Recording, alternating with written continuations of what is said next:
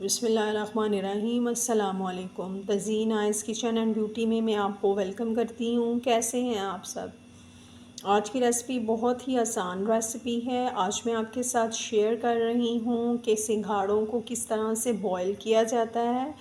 अगर आप मेरे चैनल पे नए हैं तो काइंडली मेरे चैनल को सब्सक्राइब कर दें, वीडियो को लाइक और शेयर भी किया करें और बेल आइकन को भी प्रेस कीजिएगा ताकि आपको मेरी वीडियोस का नोटिफिकेशन टाइमली मिल सके।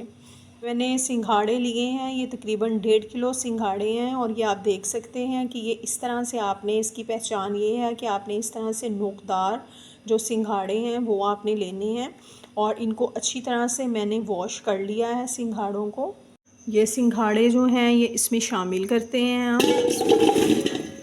ये मैंने इस तरह से इसमें शामिल कर दिए हैं। इसमें 1 कप पानी शामिल कर देंगे। साढ़े सिंघाड़ों को इस तरह से आप हिला दें, लगा देती हूँ और इसको आपने 5 मिनट के लिए जो है वो रख देना है। प्रेशर कुकर में हम ये सिंघाड़े जो हैं इनको बॉईल कर रहे हैं, तो आपने इसको 5 मिनट के लिए छोड़ देना है। होता ये है कि जो सिंघाड़े हैं वो हमारे पानी पानी हुए होते हैं और उसके अंदर तक पानी गया होता है।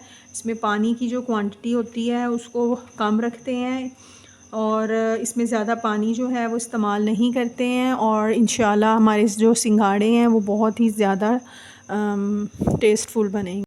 5 मिनट हो चुके हैं और अब चूल्हा मैं बंद कर देती हूँ और आहिस्ता आहिस्ता इसकी स्टीम निकाल के तो फिर मैं आपको सिंघाड़े जो हैं वो दिखाती हूँ। जी, सिंघाड़े जो हैं वो हमारे रेडी हो गए हैं और अब मैं आपको दिखाती हूँ कि ये किस तरह से जो हैं वो बने हैं। ये देखें, इसको देख लेते हैं। इसको इस तरह से आप कटिंग करें और यहाँ से भी हम कटिंग कर देते हैं। ये देखें, ये आप देख सकते हैं कि कितनी जो अच्छी गिरी जो है वो इसमें से निकली है। और ये जो बॉईल करना है ये बहुत ही ज़्यादा जो है वो आसान होता है। बिल्कुल देखें, आप देख सकते हैं कि बिल्कुल खुश्क किस्म का जो है वो सिंघाड़ा है। ये देखें, और ये सिंघाड़े जो हैं ये इनके बहुत ज़्यादा जो हैं वो फ़वाइद हैं और इसको आप अपनी जो सर्दियों की रूटीन है उसमें ज़रूर शामिल करें। ये साल में एक बार ही आते हैं सर्दियों में, लेकिन इनके बेशुमार फ़वाइद होते हैं। ये दिल को मज़बूत बनाते हैं।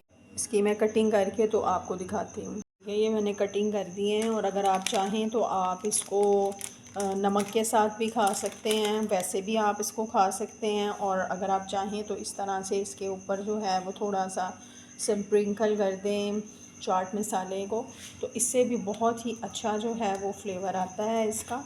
और ये बहुत ही ज़्यादा जो हैं वो सेहत के लिए अच्छे होते हैं। और अगर आपको वीडियो अच्छी लगी हो तो मेरे चैनल को सब्सक्राइब कर दें, वीडियो को लाइक और शेयर भी कर दें और बेल आइकन को भी प्रेस कीजिएगा ताकि आपको मेरी लेटेस्ट वीडियो का नोटिफिकेशन टाइमली मिल सके।